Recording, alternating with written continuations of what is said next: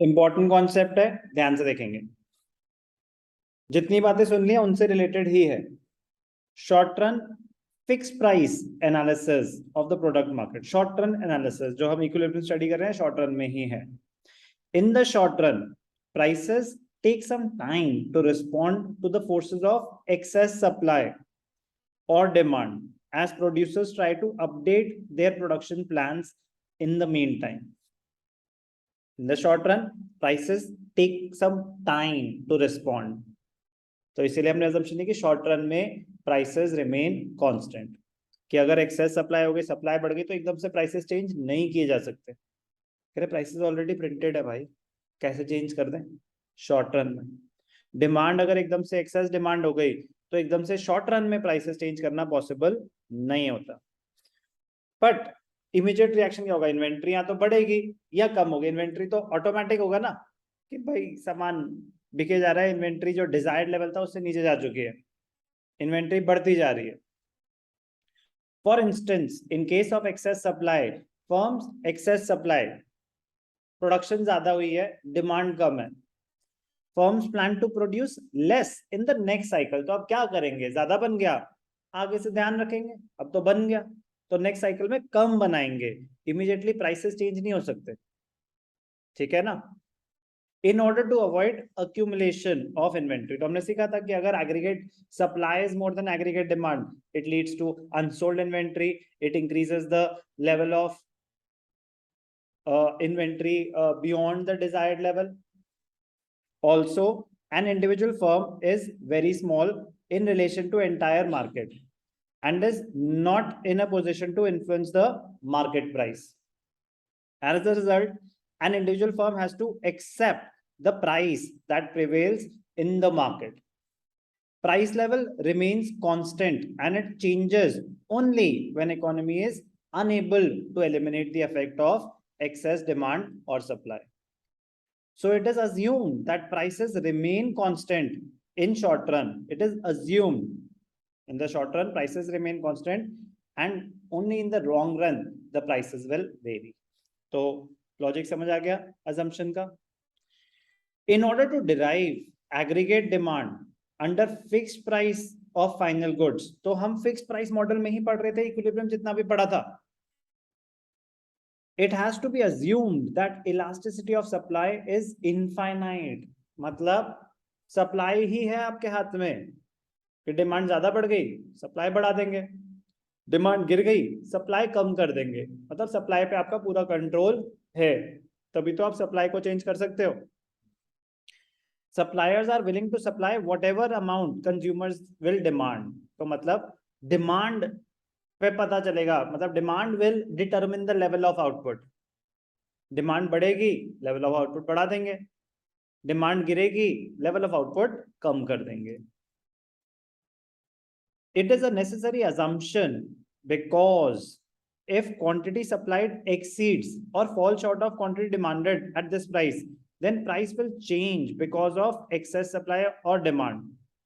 So when aggregate supply is assumed to be constant, if aggregate supply is assumed to be constant, equilibrium is solely determined by aggregate demand. We call it effective demand principle. Effective demand refers to the total demand of the community which is met by corresponding supply.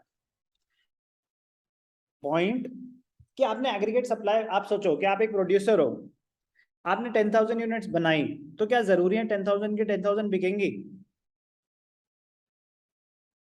No sir, जरूरी नहीं है। लेकिन अगर लोगों की demand 10,000 है तो ये जरूरी है कि उनकी डिमांड फुलफिल होगी।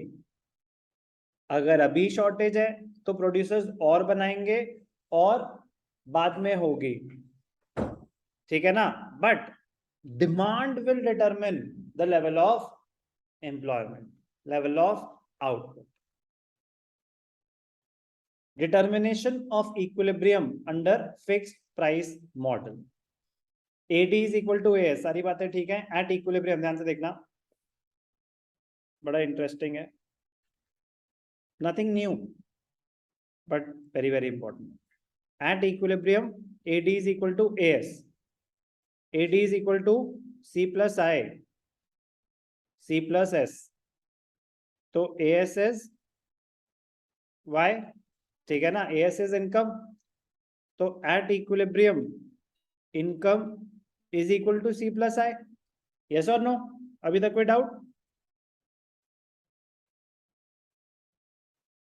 ऑनलाइन अभी तक कोई doubt? No, sir. Now C plus I, C क्या होता है? C bar plus BY. I क्या होता है? Autonomous investment. यस और नो? Yes, sir. तो C बार प्लस I बार दोनों ही ऑटोनॉमस है. तो जो चेंज हो रहा है वो तो सिर्फ और सिर्फ इंड्यूस कंजम्पशन हो रहा है. यस और नो? Yes, sir. तो आप ध्यान रखना, इसी पे बेस्ड है ये concept. Under the fixed price model, equilibrium output of final goods is determined solely by aggregate demand. So in the short run, when the prices are fixed, equilibrium level will be solely determined by aggregate demand. Aggregate demand बढ़ेगा, output बढ़ेगा, higher level पे equilibrium होगा. Aggregate demand गिरेगा, output कम करेंगे, lower level पे equilibrium achieve होगा. तो aggregate demand solely determine कर रहा है level of equilibrium. Two sector model, AD is equal to C plus I, C is equal to C bar plus B Y. Okay okay, यहां तक सारी बातें ठीक है. इन्वेस्टमेंट हमारी सिर्फ ऑटोनॉमस होती है, अजम्पशन है. तो at equilibrium AD is equal to C plus I, C plus I is equal to Y. AD क्या है अभी बताया आपको? Consumption function plus autonomous investment. तो सी बार प्लस आई बार को उन्होंने क्या बोला? ऑटोनॉमस. क्या है? और टोटल ऑटोनॉमस एक्सपेंडिचर. उसको क्या नाम दे दिया? Total autonomous expenditure. तो ए बार क्या है? C bar plus I bar. Okay. Now equilibrium level of aggregate demand और national income depends on values of autonomous expenditure and MPC और B. Let us determine the equilibrium with the help of figure. As seen in the diagram, when autonomous expenditure in the economy is A bar, autonomous expenditure क्या होता है? Autonomous consumption plus autonomous investment. A1 क्या है? ये AD है ना, तो ये स्टार्टिंग पॉइंट ध्यान से देखना. इसका जो ये स्टार्टिंग पॉइंट है AD, starting point zero level पे autonomous consumption plus autonomous investment. Yes और नो? जीरो लेवल पे तो सिर्फ ऑटोनॉमस होगा. एडी लाइन इंटरसेक्ट्स, ठीक है ठीक है, is determined. Okay. However if autonomous expenditure increases from A1 to A2, अगर ऑटोनॉमस एक्सपेंडिचर ही चेंज हो गया तो पैरेलल शिफ्ट आ जाएगा.